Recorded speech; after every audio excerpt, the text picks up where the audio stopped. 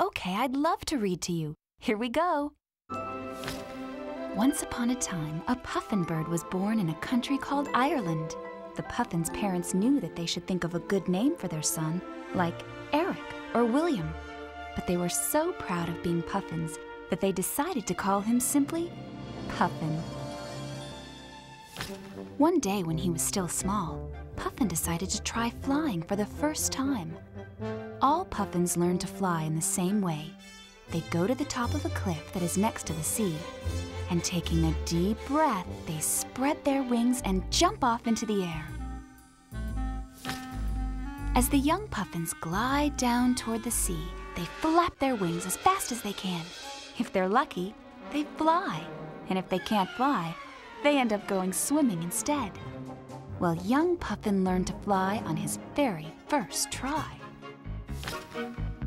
Puffin's parents were proud of him, but they knew that there was one more lesson for him to learn.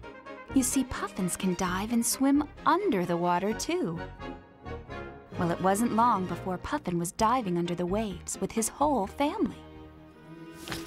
One day, when he was a little older, Puffin decided he wanted to see the rest of the world.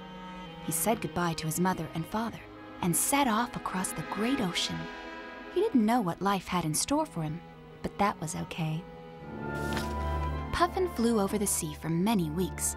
Sometimes he stopped on a little island to rest. But then one day he looked down and saw a mountain that was unlike any he had ever seen. Puffin thought that he should land and take a closer look. Puffin landed next to the mountain. He met a man wearing a beautiful robe. The man told Puffin that his country was called Japan. Puffin asked if the mountain had a name, but the man said this is a volcano, and its name is Mount Fuji. Puffin thought Mount Fuji was the most beautiful thing he had ever seen, and so he decided to stay and explore the rest of Japan. He even started to learn karate.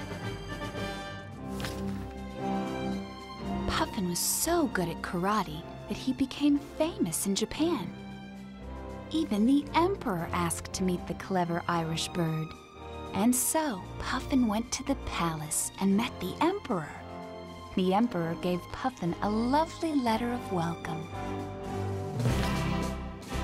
The Japanese emperor loved Puffin, and so he invited Puffin to stay in the palace. He gave Puffin a kimono and even taught him how to write the Japanese alphabet. Puffin thought that the wonderful Japanese letters looked like paintings. One day, as Puffin was writing the Japanese word for mother, he realized that he missed his family. He loved Japan, but it was time to return to Ireland. Puffin said goodbye to the emperor and started his long trip home. Puffin flew for many days. He was almost home when something very bad happened. He was shot with an arrow by my evil uncle, Rothbart. The arrow went through Puffin's wing and he fell to the ground. Puffin landed right next to Speed, Jeanbog, and me.